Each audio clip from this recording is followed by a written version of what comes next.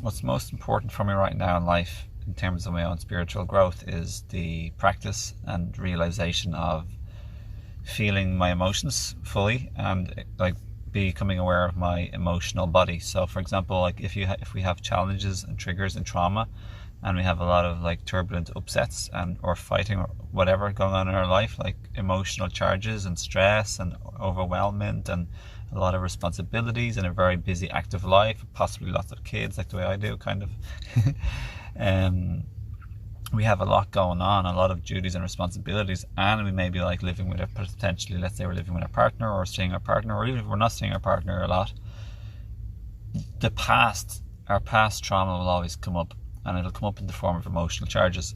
And there's a lot that's why Vipassana is so important, where we get to spend like a full week with just quietness, to sit with our emotions. So see, what happens is even spiritual teachings can often distract us from dealing with our emotional body.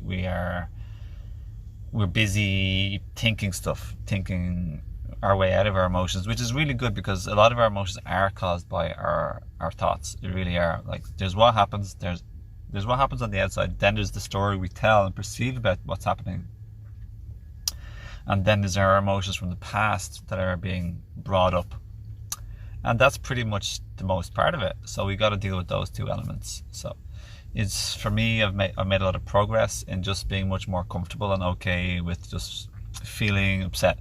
And another thing I've been doing recently, apart from redoing my thoughts and perception and the story about like my partner or other things, I also started doing a little bit of EFT recently. So EFT is pretty simple, and I recommend trying that. It's like just really, really quick. It helps a little bit. And other things I'm doing is I started the 5 Tibetan rites recently. I've started doing the microcosmic orbit. All of this helps with meridian and like energy flow in my body, my chakras, my endocrine gland system. And I've also given up, for the most part, solid chocolate and like the coffee. I usually only have a little bit of coffee, or at least some. It did become daily for a little bit. But it was like mushroom coffee, and it was organic. It was really good quality, and it was kind of like basically very, very soft. It wasn't very strong, but still strong enough that it would accumulate, and I'd be like, okay, time to just take a break on this. Also, like giving up, let's say, peak orgasms, where I'm much more often to keep in my sexual energy. So it's good to keep that. That's my reserve backup energy, my battery. So I'd always recommend semen retention, or like energy cultivation, vitality saving for men. And it can even apply to women in terms of like clitoral orgasms too, because they're very related. And the clitoris and penis, by the way, are the same organ in the womb, in the embryo, before it becomes male or female, and then it grows bigger as a man and it stays small as a woman. It's the same thing, the same bunch of nerves. So yeah, I'm enjoying all of that, and what else have I given up? I've given up loads of stuff recently. I've given up playing chess. I could sometimes play between 2 and 4 hours of chess. How much? A week? It's quite a lot. Last time I looked, it was like 4 hours, 50 minutes. Like, wow, that's a lot of chess. And it's only like 3-minute games. 3 minutes for me, 3 minutes for them. So yeah, I'll leave this video at that. I've taken up quite a fair few things. Yeah, it's good to take up these things. I'm taking a bit more running recently.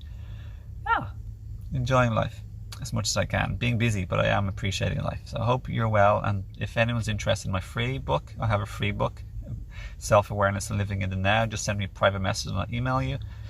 Soon I'll have my website, and then you can check out also my main book and video course about heal and master yourself and your life, and about healing your family, your relationship, and your ancestral line. And for 25% off any herbs at my herb store, really good ones for your adrenal glands, your brain and nerve, your immune system, your liver, your kidneys, your bones and joints and connective tissue, and so much more. Your sexual energy. Just go down below and you can click on the link to any of my services, as well as coaching and relationships and emotional healing and self-awareness. And I love to do all of this stuff. So lots of love. Thanks for watching, and have a wonderful day. And especially, the real life is always in the now. So have a great now moment always. So thanks for watching, sharing, liking, subscribing. And if you want to befriend me on social media, just check out my links below again. Okay, thanks. Lots of love. Blessings, and have a great now. Woo! One of my favourite things with my kids, he says, who can be the silliest? Let's play the game of who can be the silliest. Who can be the silliest? And I say, so most of the time it's much better to be silly than to be wise. It really is. Like, lighten up, be lighthearted, be like the children, as Jesus and many other teachers would say. Learn from those kids in nature. Look at a tree and become wise. And another thing then, my partner and wife, my soul partner, said something really funny today.